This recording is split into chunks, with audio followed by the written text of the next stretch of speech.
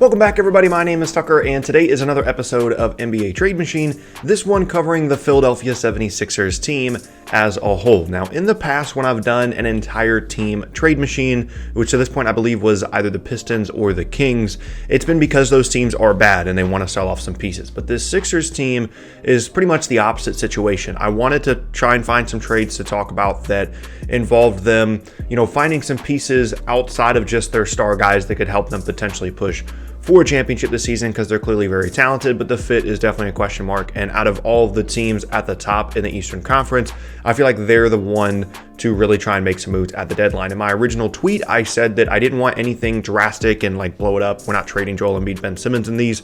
We're just trying to find some other pieces around that group. Now, inevitably, people still sent me some blow it up trades, but none of those will be in this video. But really quickly, before we get started, if you like the NBA, consider subscribing. I upload basically every single day. I think we're on a streak of 45 plus days of consecutive uploads. So yeah, consider subscribing. All right, first up is a trade that I made myself, and it is the Sacramento Kings receiving Zaire Smith, Matisse Thybulle, and Oklahoma City's first-round pick in 2020 in exchange for Bogdan Bogdanovich. Now, first, let me get this out of the way. This is a lot of value for the Philadelphia 76ers to be giving up for Bogdan Bogdanovich, but there's a reason for that. In terms of what this team needs, he's basically perfect because he's someone that can make plays. He can, be involved in ball screens. You can use Ben Simmons as a screener a bit more because Bogdanovich is a very good playmaker, above the level of someone like Josh Richardson, who has been heavily involved in their ball screen offense, whether it is for Embiid or Horford or Simmons, the very few times that they actually use pick and roll. And he's a guy that can really shoot the ball off the ball. And he's someone that they can re-sign this offseason and be part of their long-term plans. Now, again, as I said, this is a lot of value because Zaire Smith has not had a great start to his NBA career, but it's still someone with a good amount of potential. Matisse Thybulle, for Sixers fans, probably wouldn't be traded straight up for LeBron James at this point.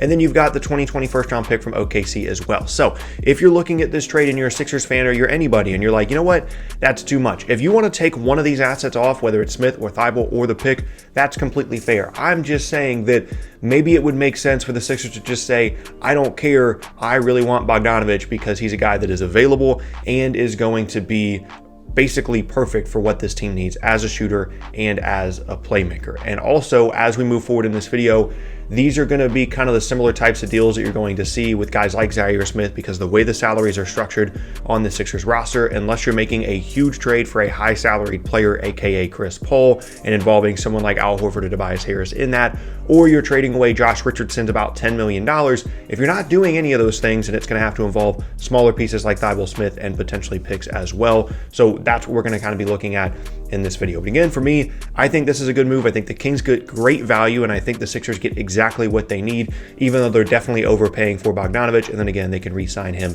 in the offseason. Next up is a trade from Jace, in which the Sixers receive Davis Bertans and Isaiah Thomas in exchange for Zaire Smith, Jonah Bolden, Shake Milton, Shake Shack, and a 2021 first-round pick from Philadelphia. So again, a similar deal to the Bogdanovich thing in terms of, this Sixers team needs on-ball playmaking and they need shooters, and they're getting one of the best shooters in the league so far this season in Bertans, who I think the Wizards should definitely explore trading. It seems like they really want to keep him, but I think he has a ton of value in this specific season, especially with how well he's playing.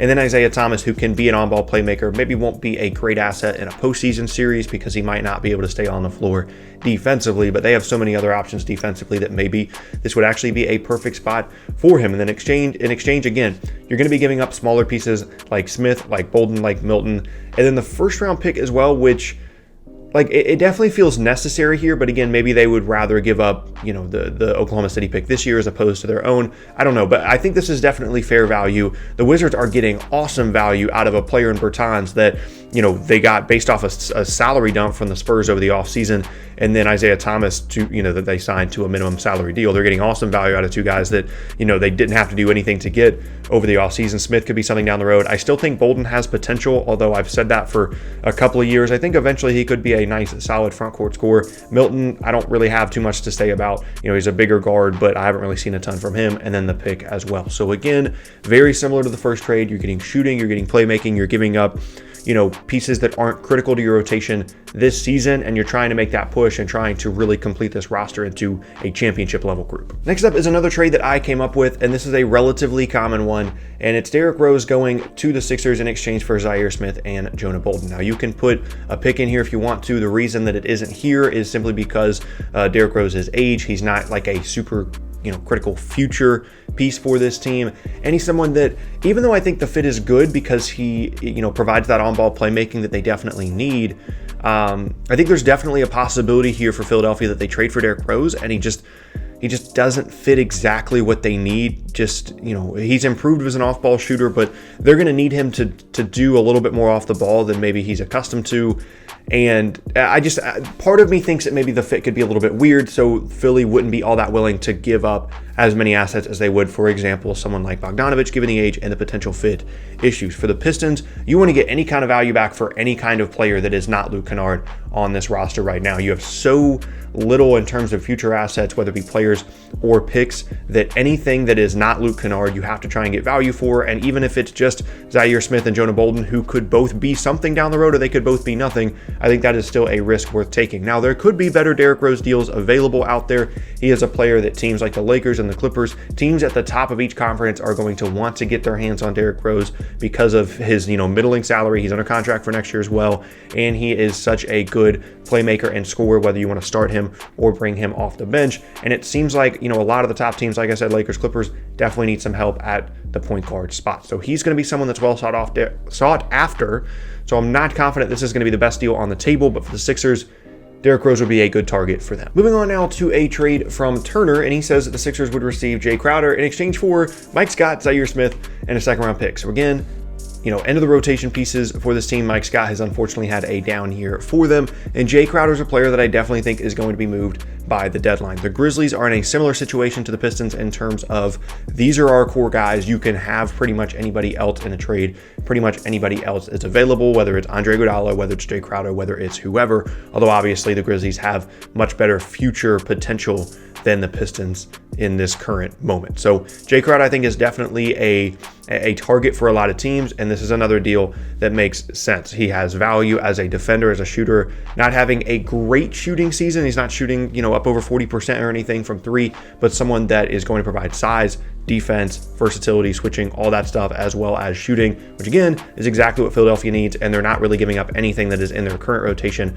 with the exception of Scott. And Jay Crowder should be a better piece on that anyway. So it's, a better piece on this team than Mike Scott anyway. So at the end of the day, very similar to the first couple of trades. I think this one is good. Again, maybe Memphis could get something better than this for Jay Crowder, just like the Pistons trade I just talked about with the Pistons. Maybe there are better deals out there, but from a trade target standpoint for the Sixers, makes a lot of sense. And then last up now is just kind of a one-off trade that I came up with, in which the Hornets and Sixers just swapped two guards that haven't had a great start to their careers in Zaire Smith and Malik Monk. Monk is a guy that I still believe in as a shot maker and a creator. He definitely needs to work on his efficiency and his defense, but on a Philadelphia team that needs guys that can make shots, maybe this is a guy that makes a lot of sense. And then again, you're swapping him with Smith going to the Hornets. One advantage, he does have one more year left on his contract than Monk does at this point, so you don't have to pay him as soon if things do work out.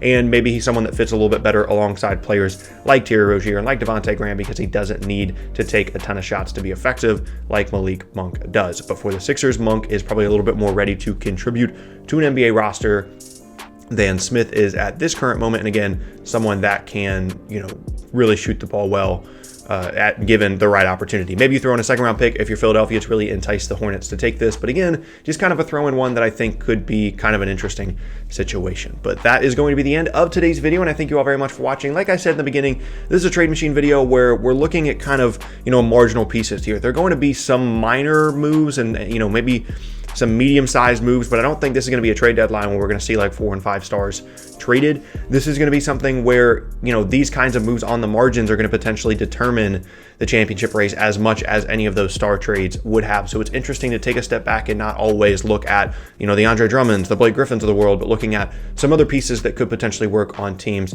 like, for example, the Philadelphia 76ers. Like I said, that is going to be the end of today's video. I thank you all very much for watching, and I will see you all next time.